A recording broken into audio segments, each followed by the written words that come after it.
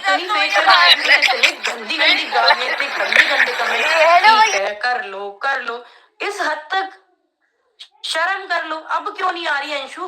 अब आ जा अंशु, कसम खाओ। तू भी कुछ कर लिया अगर अपने आप को सही प्रूफ करने के लिए। बैठ जाते हो चुपचाप सब लोग। तुम्हें पता है ना कि भाई सपना लीगल नहीं जाएगी, हमें परेशान नहीं करोगे। अब तुम रोक लेना, अब लीगल भी जाऊं और ऐस तैसी भी कर दूं तुम्हारी, जैसे तुम कर रहे हो मेरी। चैनल लेके बैठ गए, अब वो चैनल भी वापस आएगा। रुक, अभी तो तुम हाथ जोड़ोगे, रुक जाओ।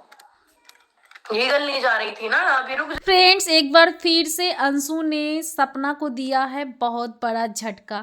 कल तक सपना सोशल मीडिया पे अंशु को लेकर बोल रही थी, तो बहुत ऐसे लोग हैं जो सपना पे ही भड़क रहे थे कि सपना बच्ची के साथ ये कर रही है, वो कर रही है।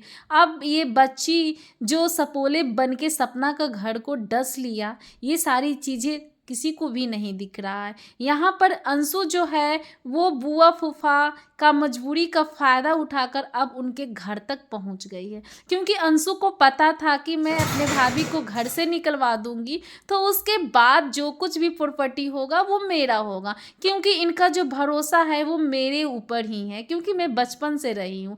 तो आप सबको पता है कि अंशु को बचपन से रखा गया, बस उसी का फ़ायदा अंशु उठाना चाहती है। और अब अंशु तो इस कदर दोनों सास बहू में चुगलियाँ करवा चुकी है कि अब शायद ही सास बहू एक दूसरे को देख पाएंगे या फिर मिल पाएंगे। वहीं सास ससुर सब जगह गए लेकिन अपनी मासूम पोतियों से मिलने नहीं गए। आखिर क्यों? भले ही बहू ऐसी थी वैसी थी, अगर बहू रिकॉर्डिंग करती है, वीडियो बनाती है, तो आप बहू के पास नहीं जाती, आप कहीं साइड में जाकर अपनी पोतियों से मिल लेती।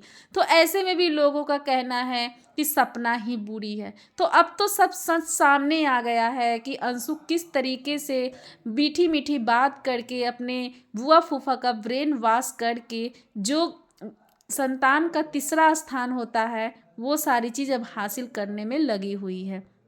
यहाँ पर राजवीर जी के जाने के बाद अब अंशु का ही सब कुछ होगा।